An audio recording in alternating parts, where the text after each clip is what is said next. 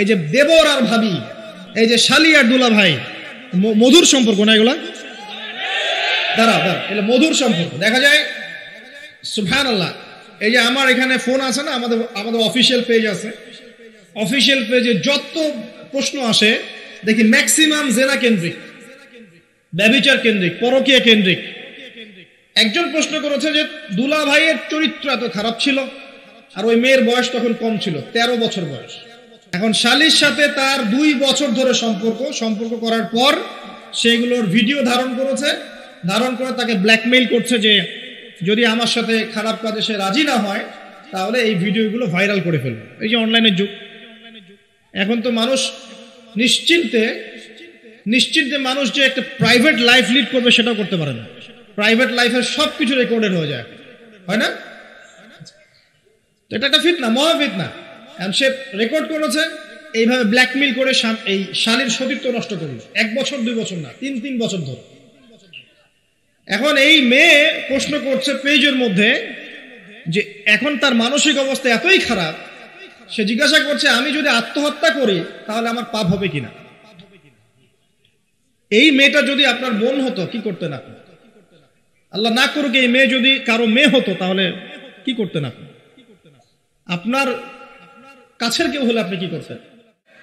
যারা বিবাহিত ব্যক্তি হওয়ার পরেও পরকীয়া করেছেন, বিবাহ করার পরেও পরকীয়ার পাপে লিপ্ত ছিলেন বা এখনো আছেন, জেনে হোক না জেনে হোক করেছেন, অথবা এটা জেনে করেছেন যেটা একটা খারাপ কাজ তারপরেও করেছেন, রাসূলুল্লাহ সাল্লাল্লাহু আলাইহি ওয়াসাল্লামের হাদিস এবং আল্লাহ পাকের কালাম অনুযায়ী তাদের শাস্তি হচ্ছে কোমর পর্যন্ত মাটিতে পুঁতে ফেলে পাথর নিক্ষেপ করে রজম করে হত্যা করা। ইসলামিক যদি কোনো রাষ্ট্র থাকতো বা এটা যদি হতো, বা এটা যদি ইমামুল মাহদির যুগ হতো বা ওমর রাদিয়াল্লাহু আনহুর যুগ হতো, তাহলে এই শাস্তির বাইরে আপনি চলতে পারতেন না যদি এটা প্রমাণ হতো। এই শাস্তি যদি দুনিয়াতে কার্যকর নাও হয়, আপনি যদি তওবা না করে মারা যান তাহলে কিয়ামতের মাঠে এই শাস্তি আপনি ভোগ করবেন। খুব মজা লাগছে পরকীয়া করতে। সকালে একটার সাথে, দুপুরে একটার সাথে, আজকে একজনের সাথে রাত কাটান, কালকে আরেকজনের সাথে রাত কাটান, খুব মজা পাচ্ছেন। রাত্রেবেলা মদ খান আর হোটেলে রাত কাটান, সকালবেলা আবার অফিসে যান। আমাদের শহরের এগুলা কালচার কোত্থেকে আসলো? এই শহরকে পবিত্র করবে কে এবং এই শহরের আসল রূপগুলো স্পষ্ট করবে কারা? খুব মজা পাচ্ছেন এগুলোতে। সুবহানাল্লাহ। একটা বিষয় বুঝাই, ইসলামে কেসাস আছে, কেসাস। মনে করেন আমাকে কেউ হত্যা করেছে, আপনি তাকে হত্যা করতে পারেন। মনে করেন আপনি কাউকে হত্যা করেছেন, ঠিক আমাদের লজের মধ্যে কেউ যদি কাউকে হত্যা করে তাকে ফাঁসি দেওয়া হয় না, এরকমই কেউ যদি কাউকে হত্যা করে ইসলামের বিধান কেসাস করা, মানে হাতের বদলে হাত, চোখের বদলে চোখ, কানের বদলে কান, নাকের বদলে নাক, জানের বদলে জান, যদি প্রমাণ হয়। কিন্তু এখানেও হত্যাকারীর বাঁচার সুযোগ আছে। কিরকম? মনে করেন আপনি আমার পরিবারের কাউকে হত্যা করেছেন, আল্লাহ না করুক। এখন আপনি এসে আমাকে ক্ষমা চাচ্ছেন যে আমার ভুল হয়ে গেছে, আমি রক্তপণ দিব, আমাকে মাফ করে দেন। এখন আমাদের পরিবারকে আপনাকে বললো ঠিক আছে আপনাকে মাফ করে দিলাম, আপনার কেসাস করার দরকার নেই, আপনি রক্তপণ দিয়ে দেন, তাহলে আপনি বেঁচে থাকার সুযোগ পেলেন। কথা বুঝতে পারছেন? একটা হচ্ছে মুরতাদ। মনে করেন কেউ ইসলামের কিছু বিষয়কে অস্বীকার করেছে, তাকে জেলখানায় বন্দী করে রাখা হবে, সুযোগ দেওয়া হবে যে আপনি কি এগুলো জেনে শুনে বলেছেন নাকি এর উপর অটল থাকবেন না ফিরে আসবেন। সে যদি বলে না আমি তওবা করলাম, আমি এগুলো থেকে ফিরে আসলাম, ও বেঁচে থাকার অধিকার পেয়ে গেল। কিন্তু বিবাহিত ব্যক্তি যারা ব্যভিচার করেছে, বিবাহিত ছেলে বা মেয়ে ব্যভিচার করেছে, তওবা করে যদি ফিরেও আসে, রজমের শাস্তি থেকে বাঁচার কোনো সুযোগ নেই। বুঝতে পারছি না? একজন মহিলার কথা বলি তাহলে বুঝতে পারবেন। এটা একজন মহিলা সাহাবীর ক্ষেত্রেও হয়েছে, একজন পুরুষ সাহাবীর ক্ষেত্রেও হয়েছে। আচ্ছা, পুরুষ সাহাবীর কথা বাদ দিয়ে মহিলা সাহাবীর কথাটা বলি। মহিলা সাহাবী এসেছেন, এসে নবীজিকে বলছেন ইয়া রাসূলুল্লাহ তাহিরনি, আমাকে পবিত্র করুন, আমি একটা অন্যায় করেছি, আমি বিশাল একটা অন্যায় করেছি। নবী সাল্লাল্লাহু আলাইহি ওয়াসাল্লাম বলছে কি করেছো তুমি? তখন সে বলছে আমি জিনা করেছি। নবী সাল্লাল্লাহু আলাইহি ওয়াসাল্লাম বলছেন বাসায় যাও, বাসায় গিয়ে আল্লাহর কাছে তওবা করো, আল্লাহ পাক মাফ করে দিবেন। নবীজি এটাকে হাইড করতে চাচ্ছেন। কারণ কি?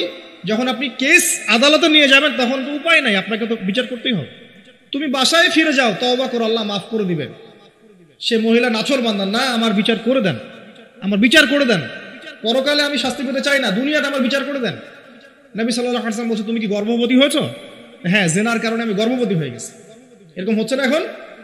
আর যে অ্যাবর্শন করছে না ওই যে ক্লিনিকে গিয়ে, এটাও ট্রেন্ড হয়ে গেছে, হইল, সমস্যা কোথায়? কি এমন হয়েছে? আমার কি কেরিয়ার নষ্ট হয়ে গেছে? ফ্যামিনিস্ট নোংরা মেয়ে কোথাকার। তারপরে এই মেয়ে বলছে, হ্যাঁ আমি গর্ভবতী হয়েছি ইয়া রাসূলুল্লাহ। নবী সাল্লাল্লাহু আলাইহি ওয়াসাল্লাম বলছেন, বাসায় ফিরে যাও, সন্তান যখন খালাস হবে তারপরে এসে বিচার করে দেব। 9 থেকে 10 মাস সে এই সন্তানকে গর্ভে ধরলো। ধরার পরে সন্তান যখন খালাস হয়ে গেল, সে নবীর কাছে এসে সন্তান কোলে নিয়ে নবজাতক, ইয়া রাসূলুল্লাহ সাল্লাল্লাহু আলাইহি ওয়াসাল্লাম দরুদ পড়বেন, আমাকে পবিত্র করে দিন, আমার সন্তান হয়ে গেছে এখন। নবী সাল্লাল্লাহু আলাইহি ওয়াসাল্লাম বলছেন, সন্তান কি দুধ খাচ্ছে? হ্যাঁ দুধ খাচ্ছে। তাহলে তুমি তাকে দুধ পান করাও। কত বছর দুধ পান করাতে হয়? 2 বছর। 2 বছর দুধ পান করাও, দুধ পান করা শেষ হবে তারপরে এসে তোমার বিচার করে দিব। এবার 2 বছর দুধ পান করানোর পর এই মহিলা এসেছে, সন্তানের হাতে একটা রুটি। নবীজিকে বলছেন, ইয়া রাসূলুল্লাহ সাল্লাল্লাহু আলাইহি ওয়াসাল্লাম, আমার সন্তান এখন রুটি খেতে পারে, আমার সন্তান এখন রুটি খেতে পারে, আমার বিচার করে দিন। তখন নবী সাল্লাল্লাহু আলাইহি ওয়াসাল্লাম বলছেন, সাহাবীরা তোমাদের মধ্যে কেউ কি আছো এই সন্তানের দায়িত্ব নিবে? একজন আনসার সাহাবী বলছেন, আমি দায়িত্ব নিব। তখন এই আনসার সাহাবীর কোলে নবী সাল্লাল্লাহু আলাইহি ওয়াসাল্লাম এই বাচ্চাকে তুলে দিলেন। তুলে দেওয়ার পর খালিদ বিন ওয়ালিদ রাদিয়াল্লাহু আনহু অন্যান্য সাহাবীদেরকে বললেন, যাও এই মহিলাকে নিয়ে যাও, কোমর পর্যন্ত গেড়ে দিয়ে রজম করে হত্যা করো। এবার এই মহিলাকে নিয়ে যাওয়া হচ্ছে। একটা কথা বানিয়ে বলছি না, এই আপনার আলেম ওলামা যারা আছেন জিজ্ঞাসা করবেন কওমি মাদ্রাসা।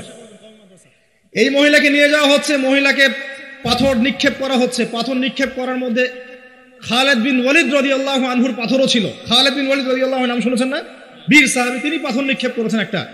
এই পাথরের আঘাতে ওই মহিলার কোন একটা জায়গায় লেগেছে, গায়ের লেগে রক্ত বের হয়ে গেছে। রক্তের ছিটাটা তার গায়ের এই যে কাপড় এসে পড়েছে।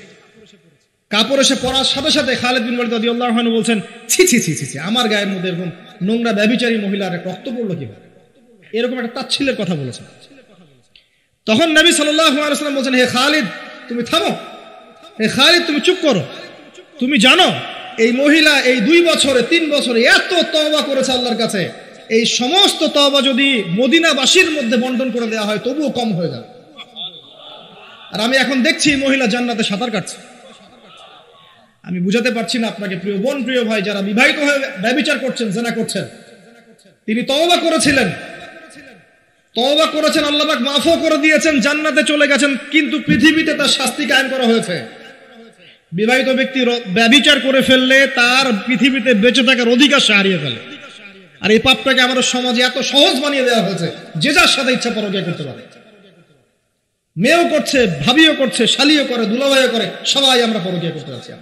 পরকীয়ার 6 লাভ বন্ধ করতে হবে, পরিবারে পর্দা কায়েম করতে হবে, অপসংস্কৃতি ঠেকিয়ে দেন, এইগুলা চ্যানেলগুলো বন্ধ করে ফেলেন বাসা থেকে। ইসলামিক সমাজ কায়েম না করতে পারলে আমাদের মা বোনরা সব নষ্ট হয়ে যাবে দিন দিন।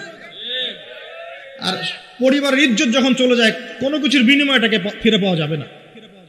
কেন পরকীয়া করতে গেছেন? আল্লাহ, আপনার যদি এতই চাহিদা থাকে আরেকটা বিয়ে করেন না কেন? বিয়ে করতে সাহস কুলায় না নাকি?